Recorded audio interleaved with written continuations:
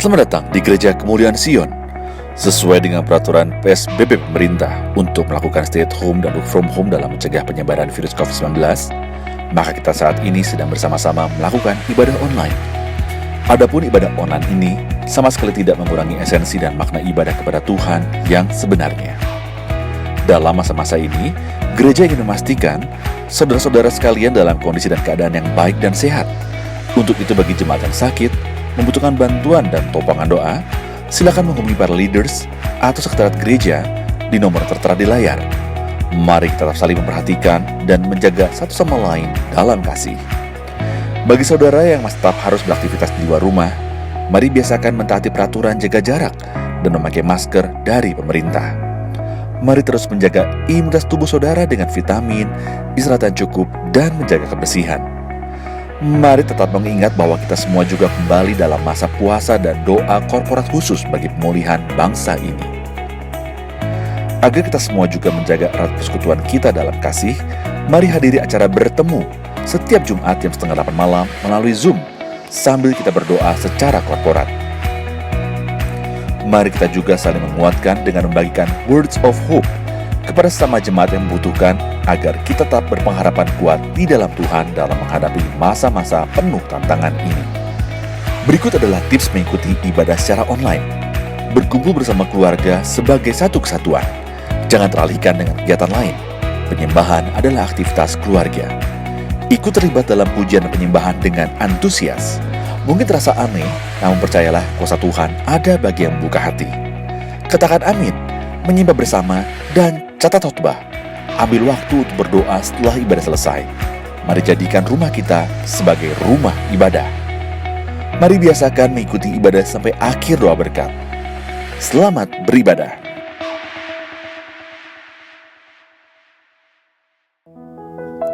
Shalom, kita berjumpa lagi di ibadah online GKS Grogol. Saya percaya di saat kita menyaksikan ibadah ini, kita diberkati oleh Tuhan.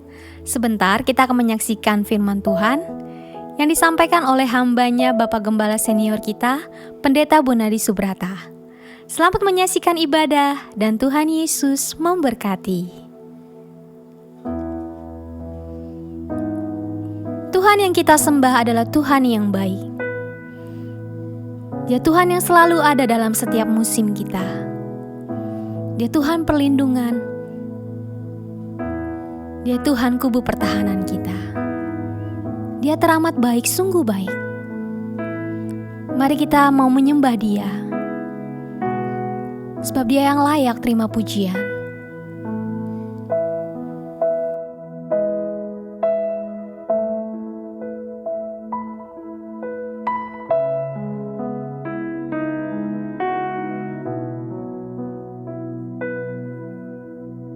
Yesus, Kau sungguh baik. Yesus, namamu indah. Yesus, ku cinta Kau selalu. Ku tinggikan, ku agungkan selamanya. Yesus, Kau sungguh baik. Yesus, namamu indah. Yesus, ku cinta Kau selalu. Ku tinggikan, ku agungkan selamanya.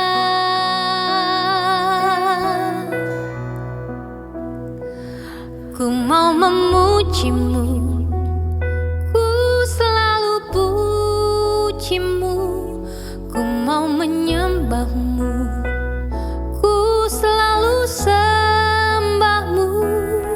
Kau yang layak terima semua pujian, kemuliaan hanya bagi Tuhan.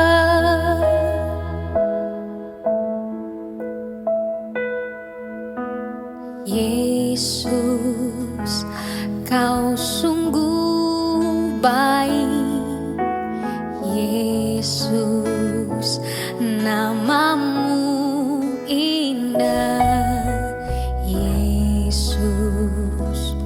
Ku cinta Kau selalu, ku tinggikan, ku agungkan selamanya.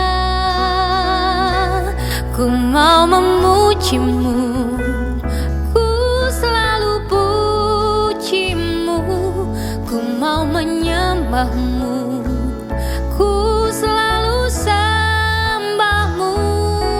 Kau yang layak terima semua pujian, kemuliaan hanya bagi Tuhan.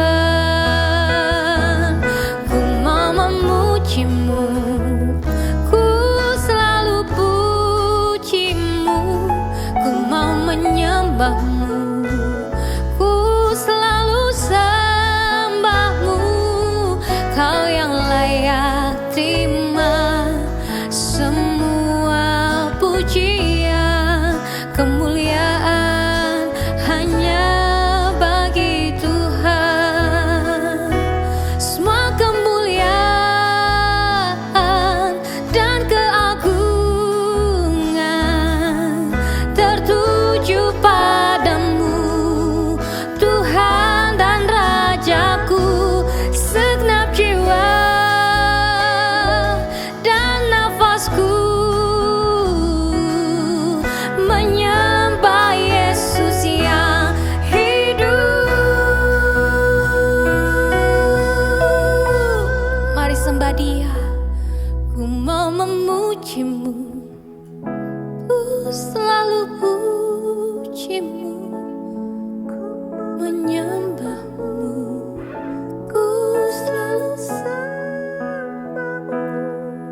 Hanya Kau yang layak buah pujian, kemuliaan hanya bagi Tuhan. Mari sama-sama katakan, ku mau memuji-Mu, ku selalu puji-Mu, ku mau menyembah-Mu, ku selalu sembah-Mu. Kau yang layak terima semua pujian, kemuliaan hanya bagi Tuhan. Mari angkat tanganmu, katakan, ku mau memuji-Mu, ku selalu puji-Mu, ku mau menyembah-Mu, ku selalu sembah-Mu. Kau yang layak terima semua pujian, kemuliaan hanya bagi Tuhan. Kau yang layak terima semua pujian, kemuliaan hanya bagi Tuhan. Kau yang layak terima semua pujian, kemuliaan hanya bagi Tuhan.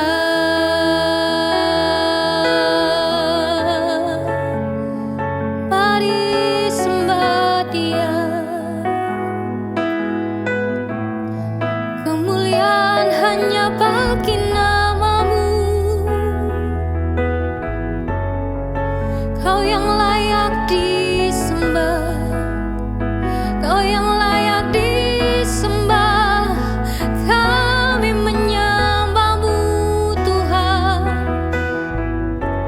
Kami tinggikan nama-Mu, nama-Mu besar, nama-Mu mulia.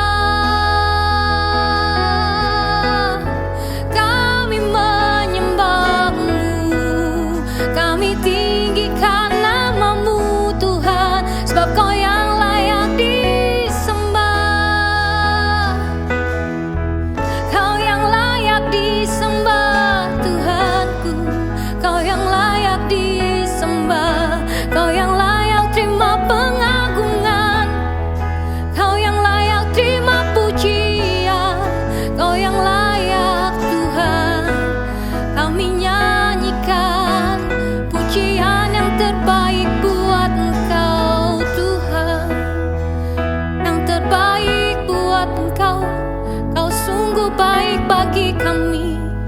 Kami beri yang terbaik buat Engkau.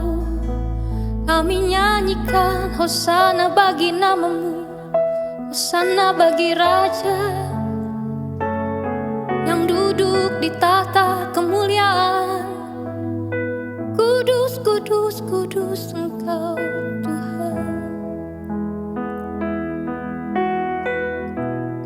Ku nyanyi Hosana bagi Rajaku yang duduk di tahta. Aku muliakan dan ku agungkan, Kau layak disembah. Ku nyanyi Hosana bagi Rajaku yang duduk di tahta. Aku muliakan dan ku agungkan, Kau layak disembah. Mari kita mau sembah Dia, sebab Dia yang layak ditinggikan di tempat ini. Biar segala lutut bertelut, buat setiap lidah mengaku bahwa Tuhan Yesus yang layak ditinggikan. Katakan dengan segenap hatimu, ku nyanyi Hosana bagi Rajaku yang duduk di tahta. Aku muliakan dan ku agungkan, Kau layak disembah. Ku nyanyi Hosana, ku nyanyi Hosana bagi Rajaku yang duduk di tahta. Aku muliakan dan ku agungkan, Kau layak disembah. Sekali lagi katakan, ku nyanyi Hosana, nyanyi Hosana bagi Rajaku yang duduk di tahta. Aku muliakan dan ku agungkan, Kau layak disembah. Kau layak disembah. Kau layak disembah.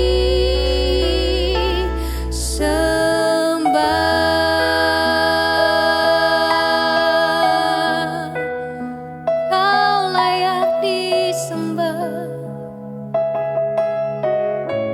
Yesus Tuhan namanya.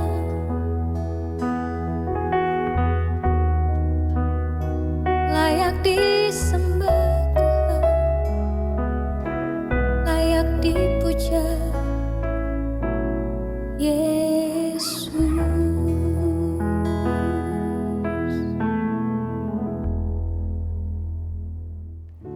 Shalom jemaat yang dikasihi Tuhan. Kembali kita bertemu dalam ibadah online hari ini. Dan hari ini saya mau berbicara satu topik yang sangat penting, yaitu mengenai kuasa perkataan. Saya beri judul khotbah saya, pentingnya kuasa perkataan. Nah, saudara-saudara, ini sangat penting kita praktekkan dalam situasi sulit pandemi corona ini. Kalau kita perhatikan, Tuhan merancang kepala manusia, maka Tuhan membuat ada 7 lubang dalam kepala manusia. Yaitu apa, saudara? Yang pertama adalah 2 lubang mata, kemudian 2 lubang hidung, 2 lubang telinga, sudah 6 jumlahnya. Lalu ada cuma satu lubang, yaitu lubang mulut. Jadi jumlahnya semua ada 7 lubang. Kenapa yang lain 2, tapi mulut cuma 1? Saudara mau tahu kenapa? Jawabannya mudah, karena 1 aja udah repot, apalagi 2. Dan kenyataannya memang betul bahwa dari ke-7 lubang itu, lubang mulut ini yang paling banyak menimbulkan masalah dalam kehidupan kita sehari-hari. Nah, pada hari ini kita mau belajar tentang lidah atau tentang perkataan. Saya bagi menjadi 4 hal yang penting. Yang pertama adalah apa yang Alkitab katakan tentang perkataan. Yang kedua, hubungan takut akan Tuhan dengan perkataan. Ketiga adalah ada kuasa dalam perkataan kita. Dan yang keempat terakhir adalah mengucapkan perkataan yang memberkati. Saudara-saudara, saya harapkan saudara semua bisa mengikuti khotbah saya ini sampai selesai. Karena setelah nanti saya khotbah, saya mau memberkati semua saudara dengan kata-kata berkat yang saya sudah doakan, yang saya sudah rancang, yang saya sudah susun, yang saya mau berikan kepada semua saudara. Jadi pastikan saudara mengikuti khotbah saya ini sampai selesai. Mari kita akan lihat satu persatu dari keempat hal ini. Yang pertama saudara, apa yang Alkitab katakan tentang perkataan. Mari kita akan lihat ada 3 buah ayat firman yang penting. Apa yang Alkitab katakan tentang perkataan. Yang pertama, saya ajak kita melihat dalam Amsal 13 ayat 3. Amsal 13 ayat 3 demikian. Siapa menjaga mulutnya, memelihara nyawanya. Siapa yang lebar bibir, akan ditimpa kebinasaan. Dalam bahasa Inggris, kata nyawa ditulis kehidupan. Dan kata kebinasaan ditulis kehancuran. Jadi nyawa itu adalah kehidupan kita. Nah, kalau kita menjaga kehidupan kita, maka kita harus sungguh-sungguh menjaga perkataan kita. Jadi dimulai dari perkataan kita. Sebab firman-Nya berkata, siapa menjaga mulutmu, memelihara nyawa, memelihara kehidupannya. Jadi dimulai dari sini, dari perkataan dulu, saudara-saudara. Dikatakan di sini jangan kita memiliki bibir yang lebar. Apa artinya lebar bibir? Lebar bibir di sini bukan berarti orang yang bibirnya habis dioperasi plastik lalu jadi kelebaran kayak Donald Bebek, bukan. Tetapi di sini bicara tentang orang yang berbicara tanpa mikir lebih dulu. Itu yang namanya lebar bibir. Bicara tapi tanpa mikir lebih dulu. Ini akan menimbulkan banyak masalah. Makanya Tuhan berkata di sini orang seperti ini akan ditimpa kebinasaan. Atau dalam bahasa Inggrisnya kehancuran. Jadi kesimpulannya saudaraku, hati-hati dengan perkataan kita. Yang kedua, Amsal 15 ayat 4. Amsal 15 ayat 4 demikian. Lidah lembut adalah pohon kehidupan, tetapi lidah curang melukai hati. Saya ulangi, lidah lembut adalah pohon kehidupan, tetapi lidah curang melukai hati. Menarik kata lidah lembut. Karena dalam bahasa Ibrani artinya kesembuhan lidah. Jadi lidah lembut itu artinya kesembuhan lidah. Jadi dari ayat ini kita belajar bahwa lidah kita bisa sakit. Tentu ini bukan maksudnya sakit secara fisik, ya. Lidah kita bisa sakit, artinya perkataan kita ini bisa sakit dan perlu disembuhkan, saudara-saudara. Nah, dikatakan di sini kalau lidah itu disembuhkan, artinya perkataan kita ini positif, perkataan kita memberkati, maka akan mendatangkan kehidupan, puji Tuhan. Tetapi sebaliknya jika lidah kita sakit, perkataan kita negatif terus, maka akan melukai orang. Oleh sebab itu, hati-hati dengan perkataan kita, saudara-saudara. Dalam sebuah kebaktian ada seorang hamba Tuhan tamu. Dia mendoakan seorang ibu. Dia mendoakan, biarlah Tuhan Engkau berkati ibu ini berkelimpahan. Lalu tiba-tiba sang gembala sidang ikut mendoakan. Rupanya gembala sidang itu sudah tahu persis siapa ibu ini. Dia mendoakannya begini, saudaraku. Dia doakan, oh jangan Tuhan, nanti dia bocor lagi. Wah, saudaraku, apa maksudnya dia bocor lagi? Rupanya ibu ini memang adalah ibu yang tidak bijaksana dalam perkataannya.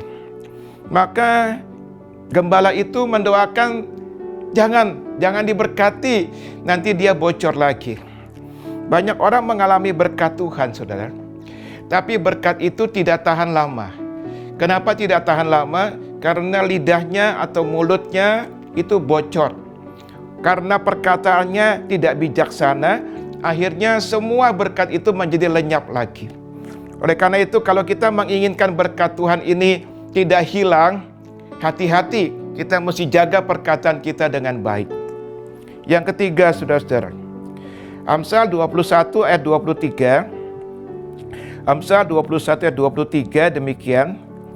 Siapa memelihara mulut dan lidahnya, memelihara diri daripada kesukaran.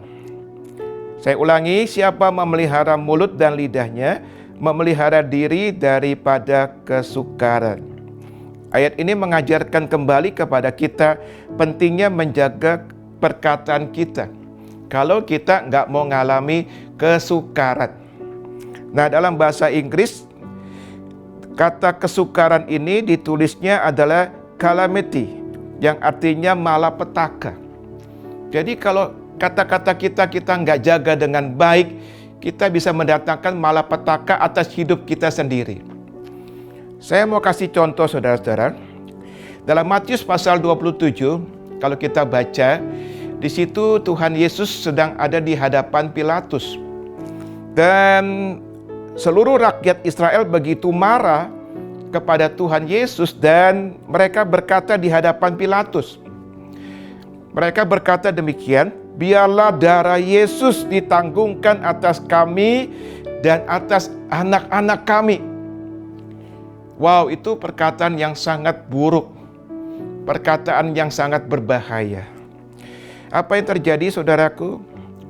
Bangsa Israel akhirnya menuai malapetaka karena mereka menabur perkataan yang sangat buruk itu.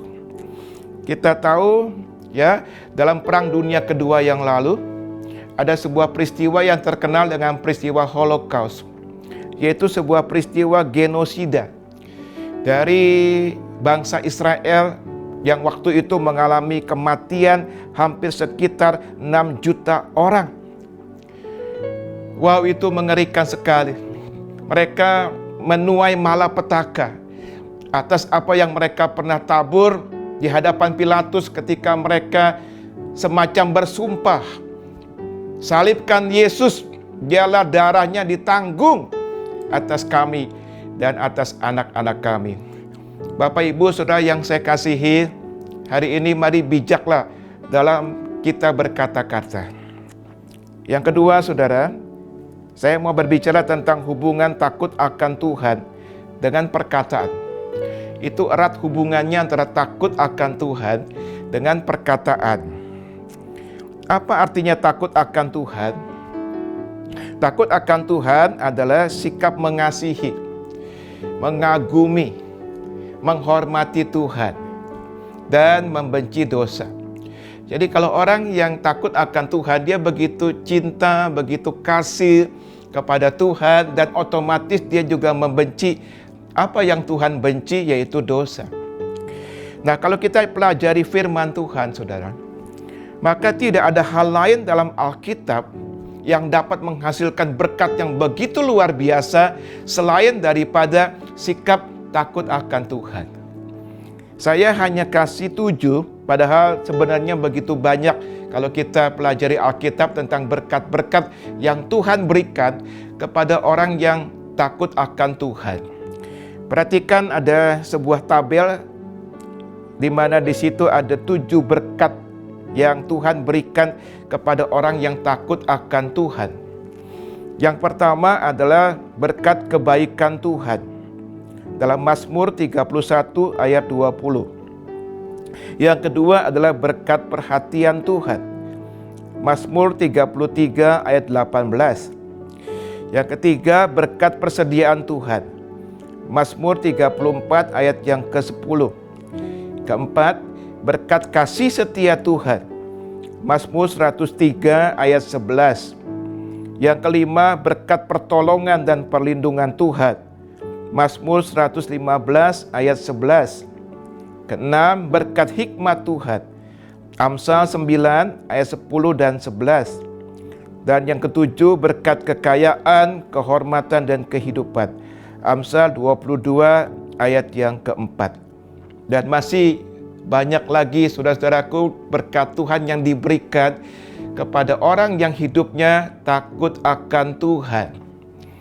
Mari saya ingin kita katakan bersama-sama begini. Bagian kita adalah hidup takut akan Tuhan. Bagian Tuhan adalah memberkati kita. Bagian kita adalah hidup takut akan Tuhan.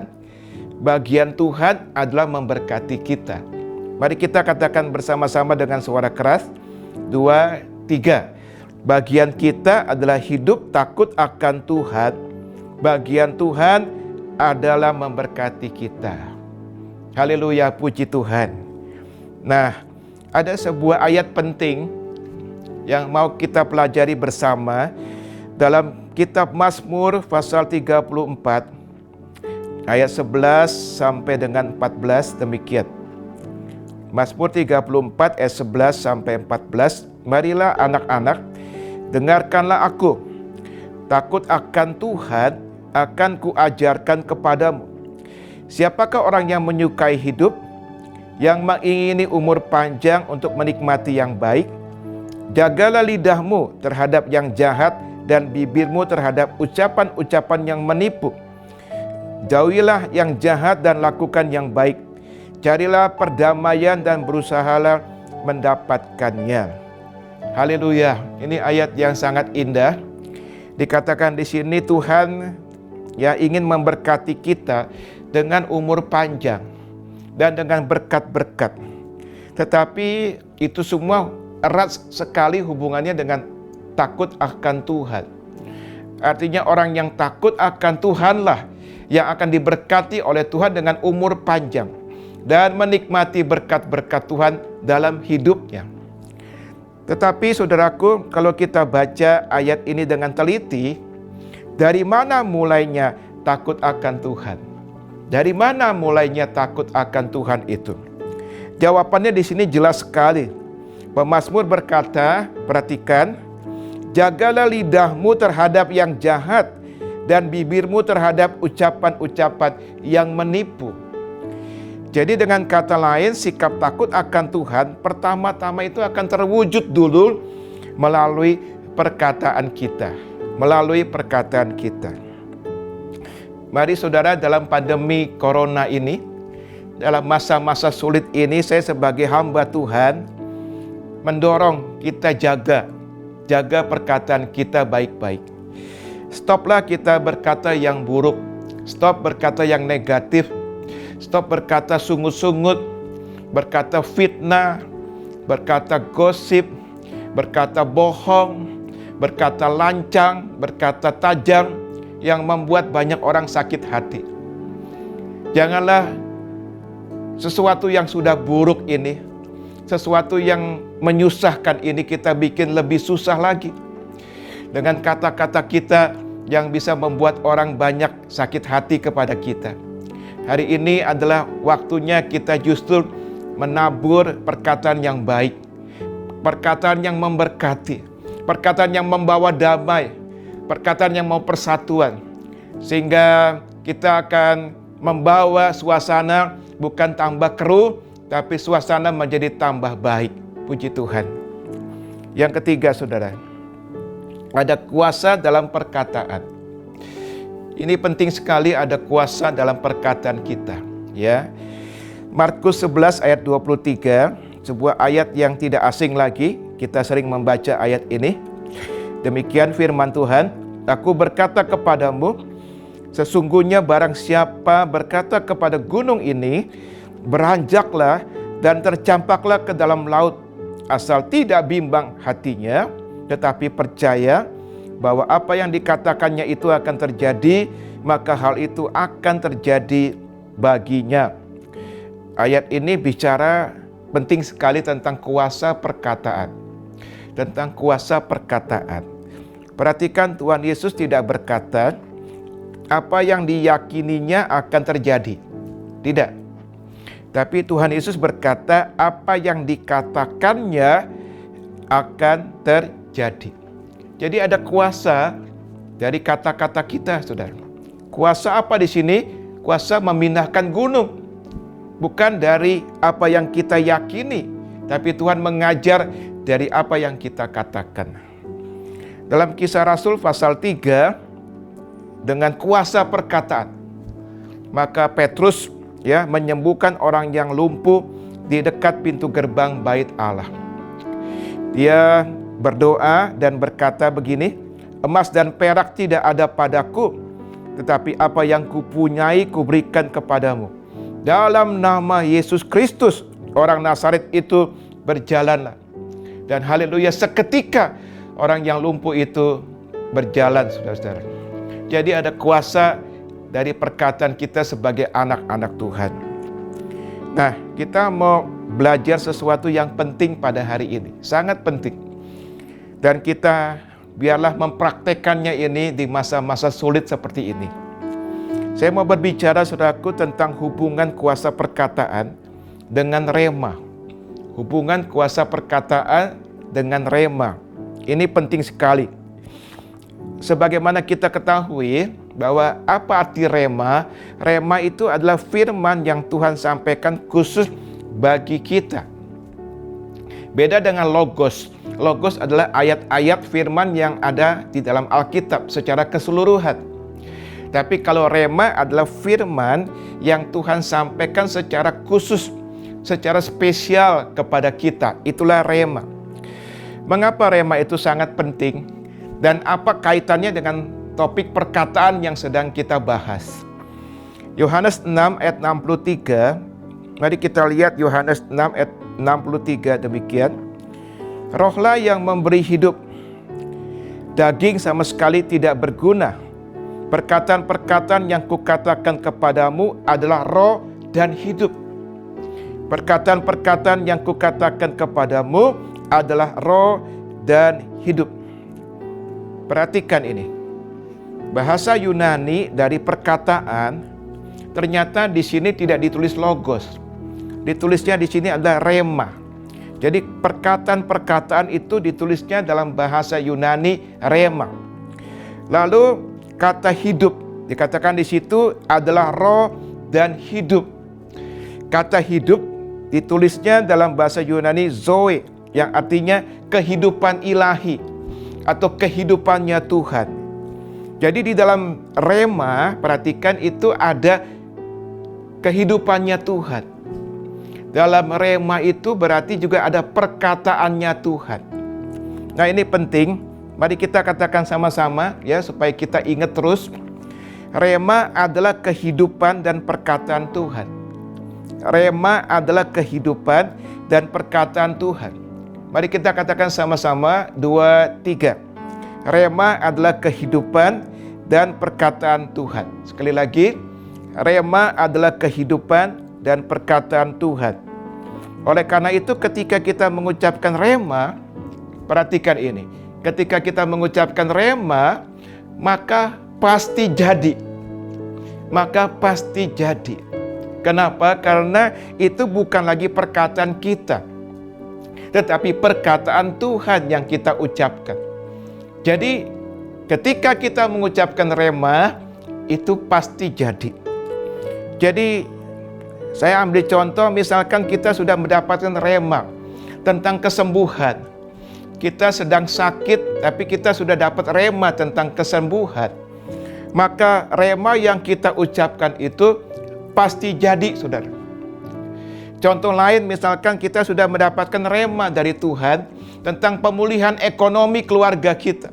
Tuhan mau pulihkan ekonomi keluarga kita. Sudah dapat rema kita, maka rema yang kita ucapkan itu pasti jadi. Misalkan saudaraku, kita dapat rema tentang adanya kebangunan rohani sebentar lagi. Maka kalau kita sudah dapat rema itu, yang kita ucapkan itu pasti jadi. Itu penting sekali. Karena itu saudara, sekarang kita punya kesempatan yang baik. Ketika kita ada di rumah, karena kita memang dianjurkan untuk banyak di rumah dalam PSBB ini, kita pakai kesempatan ini, sediakan waktu untuk bersekutu dengan Tuhan. Kita berada di hadirat Tuhan, kita berdoa, kita menyembah Tuhan, kita bergaul akrab dengan firman Tuhan, dan kita minta kepada Tuhan. Saudaraku, minta kepada Tuhan, Tuhan, saya minta rema. Saya minta rema Tuhan. Sebab ketika kita sudah dapat rema, dan ketika kita ucapkan rema itu, saya katakan sekali lagi, pasti jadi. Karena itu bukan lagi mengucapkan perkataan kita, tapi perkataan Tuhan. Karena tadi saya katakan bahwa rema adalah kehidupan dan perkataannya Tuhan. Penting sekali kita praktekkan ini dalam masa-masa sulit seperti ini, saudara-saudara. Dan yang keempat, yang terakhir, mengucapkan perkataan yang memberkati. Mari kita mengucapkan bukan perkataan yang negatif, tapi perkataan yang positif, yaitu perkataan yang memberkati. Perkataan yang memberkati. Saya mau cerita sesuatu, yaitu kebangunan rohani yang terjadi di Brownsville, Pensacola, Florida, Amerika Serikat. Oleh anugerah Tuhan, saya dan istri saya pernah mengikuti kebangunan rohani di sini. Luar biasa, Tuhan melawat gereja ini secara luar biasa. Kebangunan rohani ini dimulainya pada bulan Juni tahun 1995, saudara. Ketika pada waktu itu gembala sidang yang bernama Pastor John Kilpatrick itu dilawat oleh Roh Kudus. Memang dia rindu sekali untuk lawatan Roh Kudus, dan Tuhan mendengar doanya. Dia dilawat Roh Kudus. Dia rebah sekitar 4 jam, tidak ada yang bisa bangunin. Dia dilawat Roh Kudus secara luar biasa. Nah, sejak itu gereja itu dilawat Roh Kudus, terjadi kebangunan rohani sekitar 4-5 tahun, ya, tidak berhenti. Majalah Karisma mencatat ada sekitar 25.000 orang membuat keputusan menerima Yesus sebagai Tuhan dan Juru Selamat, bertobat sungguh-sungguh. Dan bukan hanya itu saja, dicatat begitu banyak orang-orang yang kehidupannya rusak. Para pencadu obat bius, kemudian penari telanjang, ada pelacur-pelacur di jamaah Tuhan.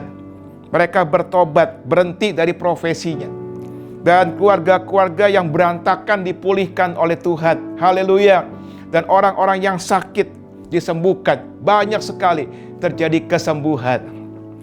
Tetapi tahukah saudaraku, salah satu penyebab terjadinya kebangunan rohani itu adalah ketika sang gembala sidang Pastor John Kilpatrick pada awalnya begitu kesal, begitu frustrasi dengan gerejanya, karena dia melihat, memperhatikan pelayanan puji-pujiannya tidak maju-maju. Padahal dia kepingin sekali punya pelayanan pujian, pelayanan musik yang bagus. Tapi saudaraku, apa yang dia lakukan? Dia marah, dia bersungut-sungut. Sampai satu hari ketika dia berdoa, Tuhan menegur dia. Tuhan berkata, kamu mesti bertobat. Kata-kata kamu mesti bertobat. Kamu jangan mengucapkan kata-kata kutukan. Kamu mesti memberkati. Akhirnya dia bertobat, saudaraku, dia merubah. Dia memberkati. Dia berkati pelayan musiknya, dia berkati para pelayan pujian penyembahan. Lalu di satu hari juga dia datang ke gereja yang kosong. Dia berlutut, dia menyembah Tuhan. Dia berkati alat-alat musik di gerejanya. Dan dia kemudian berkata, saya percaya Tuhan, di gereja saya ini akan ada hadirat Tuhan yang luar biasa lewat para pelayan musik, pelayan pujian yang Tuhan pakai dengan luar biasa. Memberkati.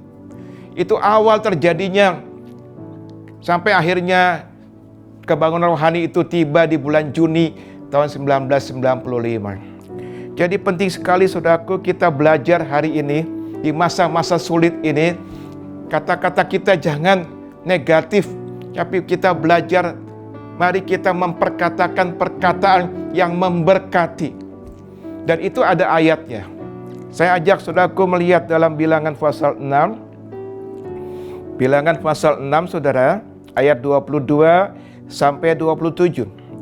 Bilangan 6 ayat 22 sampai 27 demikian.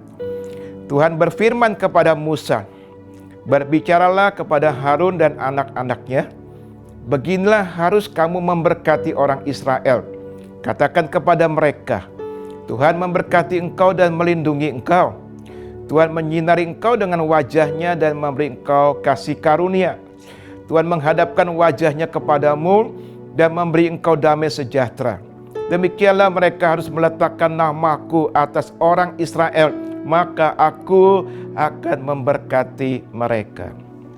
Puji Tuhan, mari kita belajar pelajaran perkataan yang memberkati. Dimulai dari orang-orang di perjanjian lama, misalkan saya ambil contoh Ishak. Kalau saudaraku baca nanti dalam Kejadian pasal 27, di situ dicatat Ishak memberkati Yakub dan memberkati Esau dengan kata-kata yang memberkati. Lalu kita baca dalam Kejadian pasal 49. Di situ juga dicatat bagaimana Yakub memberkati anak-anak dan cucu-cucunya. Lalu kita juga memperhatikan bagaimana Daud memberkati bangsa Israel. Dalam 2 Samuel pasal 6 ayat 18, 2 Samuel 6 ayat 18 demikian. Setelah Daud selesai mempersembahkan korban bakaran dan korban keselamatan, diberkatinyalah bangsa itu demi nama Tuhan semesta alam. Puji Tuhan. Jadi Daud pun memberkati, bukan lagi keluarga, tapi lebih besar, yaitu sebuah bangsa Israel. Perjanjian baru juga mengajarkan hal yang sama. Kalau saudaraku baca 1 Petrus 3 ayat 9, dikatakan di situ kita dipanggil untuk memberkati. Kita dipanggil untuk memberkati, termasuk mengucapkan kata-kata yang memberkati, saudara. Nah, memang tidak mudah, apalagi kalau kita memberkati orang-orang yang menyakiti kita, yang ada masalah dengan kita, memang tidak mudah. Tapi marilah hari ini kita minta kasih karunia Tuhan untuk kita bisa mempraktekkan, karena ini kebenaran. Roma 12 ayat 14 mengatakan bahwa berkatilah siapa yang menganiaya kamu. Jadi sampai orang yang menganiaya kita pun Tuhan ajar supaya kita memberkati dia, saudara-saudara. Nah, kita bisa memberkati dengan kata-kata kita yang sederhana. Kita berkati orang, misalkan kita berkata, hari ini kamu sukses ya. Atau kita berkati dia dengan kata, tetap kuat ya, tetap sehat ya, saya doakan kamu, dan sebagainya. Kata-kata yang sederhana, tapi itu sangat powerful, sangat luar biasa. Atau kita juga bisa memakai kata-kata firman.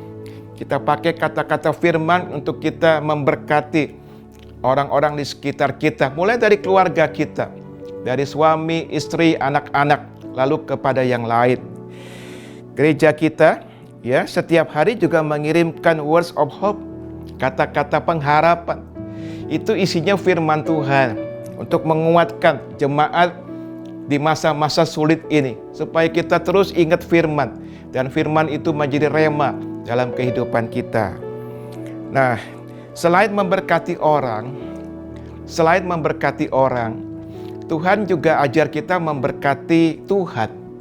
Jadi berkati Tuhan dan berkati keadaan yang sulit.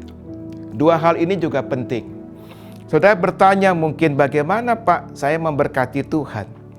Ada ayatnya, mari kita baca. Dalam Mazmur 50 ayat 23, ini ayat bagaimana kita memberkati Tuhan. Mazmur 50 23 demikian, siapa mempersembahkan syukur sebagai korban, ia memuliakan aku. Jadi saudaraku, ketika kita sedang mempersembahkan syukur sebagai korban, maka dikatakan dalam ayat ini kita sedang memuliakan. Kata memuliakan juga bisa diartikan memberkati Tuhan. Jadi saudara dan saya memberkati Tuhan ketika kita mempersembahkan korban syukur. Oleh karena itu, mari sering-seringlah kita mempersembahkan korban syukur. Mempersembahkan korban syukur itu lebih tinggi daripada syukur. Ada korban di dalamnya. Artinya begini, di saat kita tidak ada alasan bersyukur, kita masih bisa bersyukur. Di saat tidak ada dasar kita bersyukur, kita masih bisa bersyukur. Kita masih bisa berkata Tuhan baik. Itu yang namanya mempersembahkan korban syukur. Di saat pandemi corona ini memang tidak ada yang baik. Bikin susah kita. Tetapi mari kita tetap bersyukur. Kita mempersembahkan korban syukur. Maka itu cara kita memberkati Tuhan. Cara kita memuliakan Tuhan. Mari kita katakan bersama begini. Ketika kita memberkati Tuhan, maka Dia pasti memberkati kita. Mari kita katakan sama-sama ya, 2, 3. Ketika kita memberkati Tuhan, maka Dia pasti memberkati kita. Terakhir, mari kita berkati keadaan yang sulit. Keadaan yang sulit. Hari-hari ini kita sedang menghadapi keadaan yang sangat sulit. Mari kita berkati. Mari kita berkati dengan perkataan kita. Saya mengambil ya satu kisah dalam Bilangan pasal 13 dan 14. Itu kisah di satu tempat di Kades Barnea. Itu terletak di perbatasan tanah perjanjian. Ketika itu Tuhan menyuruh Musa untuk mengutus 12 pengintai ke tanah perjanjian. Mereka yang diutus adalah para pemimpin dan mereka sudah melihat begitu banyak mujizat yang Tuhan sudah berikan kepada bangsa Israel. Dari mulai terbelahnya laut Tebera, tiang awan, tiang api, mana yang turun setiap hari dari surga. Semua mereka sudah lihat. 40 hari mereka mengintai dan kemudian mereka kembali kepada Musa dengan laporan. Dan ternyata terbagi menjadi 2. 10 pengintai memiliki sikap dan perkataan yang negatif. Perkataan mereka tidak memberkati keadaan yang sulit. Dan akhirnya mereka mati di padang gurun. Dalam Bilangan 13 ayat 31 mereka berkata, tetapi orang-orang yang pergi ke sana bersama-sama dengan dia berkata, kita tidak dapat maju menyerang bangsa ini karena mereka lebih kuat daripada kita. Tapi haleluya, puji Tuhan, ada contoh yang indah, yang bagus sekali dari Yosua dan Kaleb. Ngadepi persoalan yang berat, tapi sikap dan perkataan mereka tetap positif. Mereka memberkati keadaan yang sulit. Kita baca Bilangan 13 ayat 30, demikian. Kemudian Kaleb mencoba menenteramkan hati bangsa itu di hadapan Musa. Katanya, tidak, kita akan maju dan menduduki negeri itu, sebab kita pasti akan mengalahkannya. Haleluya. Penting sekali saudaraku, di saat-saat sulit seperti ini kita optimis. Kita tetap semangat ya. Kita punya iman yang kuat. Dan kita selalu mengucapkan perkataan-perkataan yang memberkati keadaan yang sulit. Jangan sebaliknya. Terakhir, kita katakan bersama-sama seperti ini. Masalah sebesar apapun dapat kita lewati bersama Tuhan. Masalah sebesar apapun dapat kita lewati bersama Tuhan. Mari kita katakan sama-sama dengan suara keras, dengan iman. 2, 3. Masalah sebesar apapun dapat kita lewati bersama Tuhan. Haleluya. Saudara, sebelum saya doa, saya sudah mendoakan kata-kata berkat yang saya ingin sampaikan dan bagi untuk saudara-saudara. Aminkan ini. terima ini sesuatu yang memberkati semua saudara yang mendengarkan khotbah saya ini. Saya ajak kita semua tutup mata, kita tundukkan kepala kita, lalu kita angkat kedua tangan kita, dan kita terima kata-kata berkat ini dengan iman, saudara-saudara, dengan iman. Mari kita siapkan diri kita baik-baik. Ya, saya akan memberkati saudaraku dengan kata-kata berkat. Dalam nama Tuhan Yesus Kristus, saya memberkati saudara-saudara semua. Tuhan memberkati engkau dan melindungi engkau. Tuhan menyinai engkau dengan wajah-Nya dan memberi engkau kasih karunia. Tuhan menghadapkan wajah-Nya kepadamu dan memberi engkau damai sejahtera. Tuhan membuatmu sehat dan kuat, baik tubuh, jiwa, dan roh. Tuhan memelihara dan melindungimu. Biarlah kakimu berjalan dalam kehendak Tuhan. Tanganmu menjadi tangan yang senantiasa menerima dan memberikan berkat-berkat Tuhan. Engkau memiliki kerendahan hati. Engkau memiliki hati yang lembut dan mengampuni. Engkau memiliki hati yang mengasihi Tuhan dan sesama.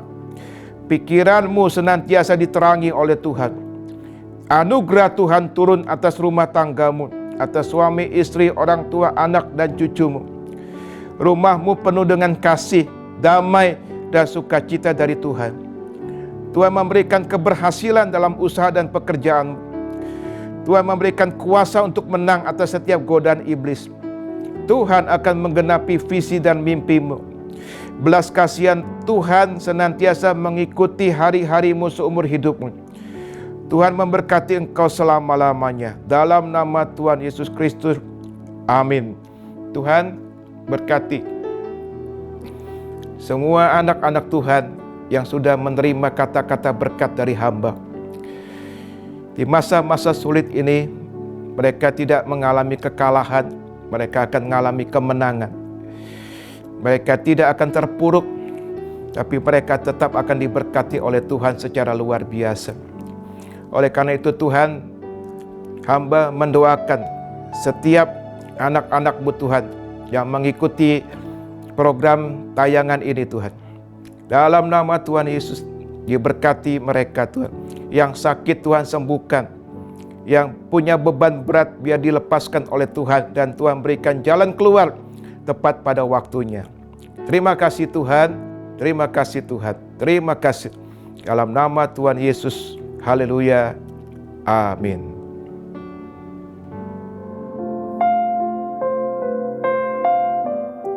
Ketika persoalan hidup itu datang, kami berharap kepada Engkau Tuhan. Sebab kami percaya Engkau Bapa yang sanggup menopang kami Tuhan. Engkau Bapa yang memberikan kekuatan bagi kami.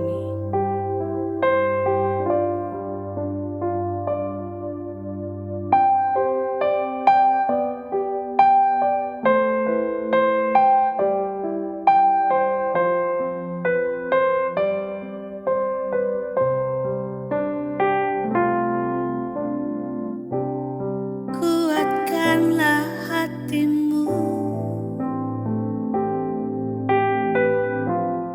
hadapi setiap persoalan. Tuhan Yesus sanggup menopangmu. Jangan berhenti harap padanya. Tuhan pasti sanggup. Tangannya takkan terlepas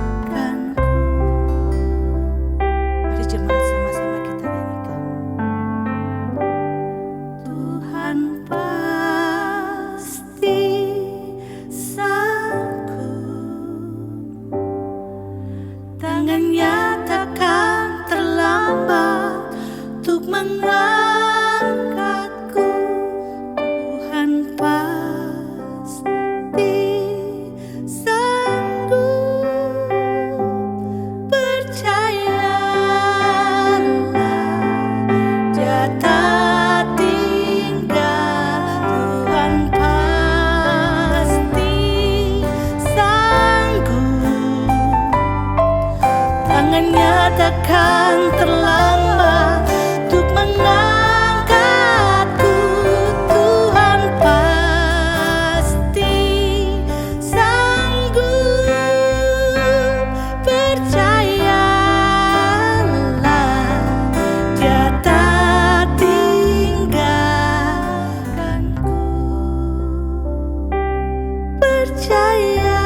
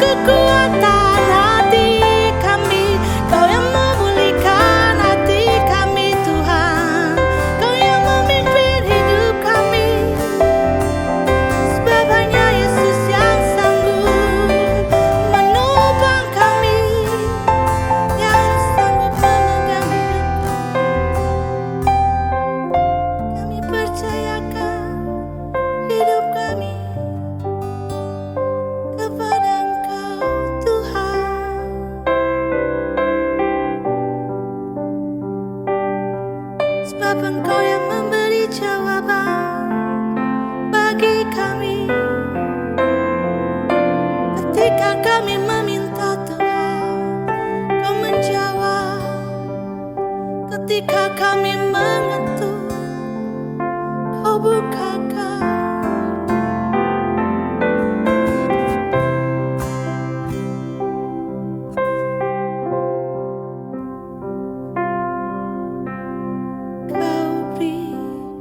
Yang ku pinta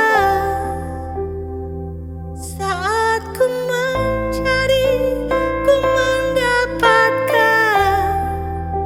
Ku ketuk pintumu dan Kau bukakan, sebab Kau Bapa-Ku, Bapa yang kekal.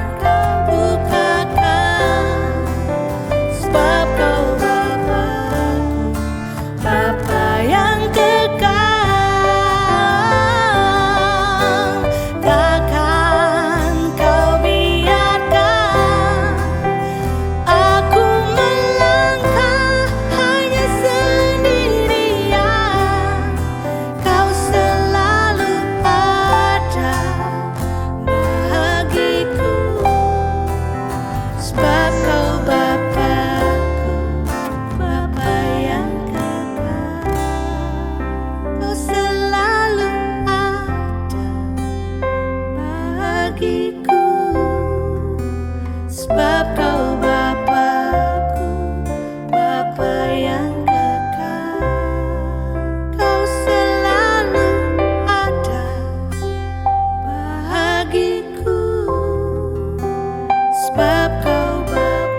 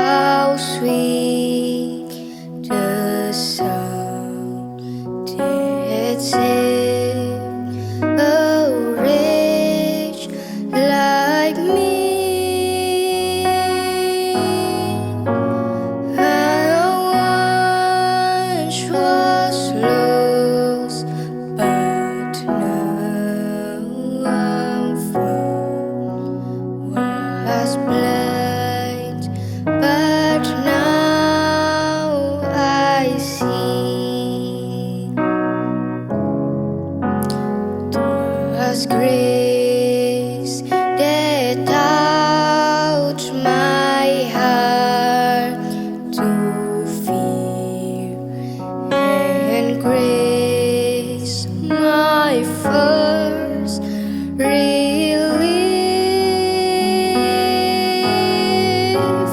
How precious did that grace appear to her I first believed. Through many dangers, toils, and snares, I have already come. This grace has brought me safe thus far, and grace will lift me home. The Lord has promised good to me. His word, my hope, said grace. He will my shield and portion as long as life endures. When we've been dead 10,000 years, bright shining as the sun, with no last days to see God's prize, and with first begun.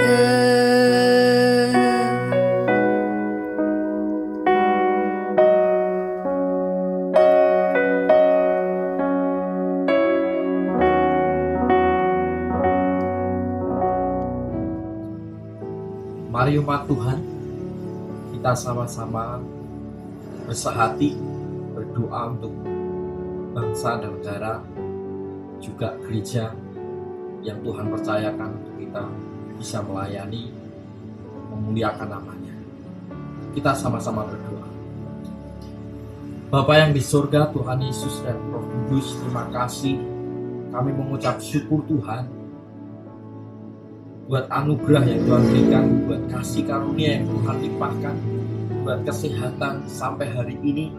Tuhan mempercayakan kami untuk kami menikmati semua yang Tuhan berikan, terlebih atas kesehatan yang Tuhan berikan bagi kami. Saat ini kami sama-sama dengan umat-Mu Tuhan, untuk kami bergandengan tangan bersama-sama. Ialah kami berseru kepadamu Tuhan. Engkau Tuhan pelindungan kami, Engkau Tuhan kekuatan kami, Engkau Tuhan sumber hidup kami. Saat ini kami berdoa untuk bangsa di mana kami tinggal, di mana kami boleh ada. Itu semua karena rencana-Mu Tuhan dalam hidup kami. Tuhan memberkati bangsa kami Indonesia dari Sabang sampai Merauke. Tuhan, biarlah bangsa kami dalam lindungan kasih setia-Mu. Biarlah Tuhan bertata atas bangsa kami dan berkuasa, dan juga Tuhan memberikan perlindungan bagi seluruh rakyat Indonesia. Tuhan, mari Bapa, dalam menghadapi krisis ini Tuhan, biarlah Engkau Tuhan yang menjamah pemimpin bangsa kami, memberikan kebijaksanaan dalam mengatur pemerintahannya dari tingkat tinggi Bapak Presiden sampai ke tingkat yang rendah RT, RW.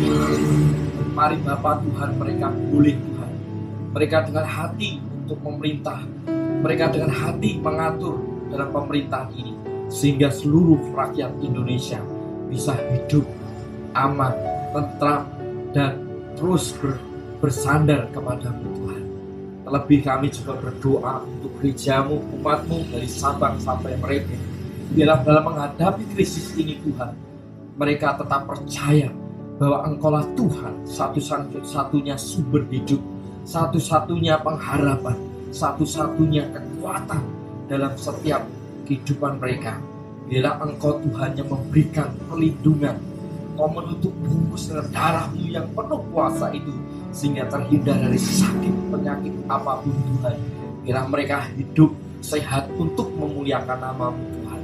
Terima kasih Bapa, dalam menghadapi krisis ini Tuhan, biarlah seluruh umat-Mu, para pelayan-Mu, hamba-hamba untuk bersatu hati, bergandengan tangan, untuk bersama-sama, untuk meminta kepada Tuhan segera krisis ini bisa berakhir dan rencana-Mu terjadi dalam kehidupan bangsa negara kami.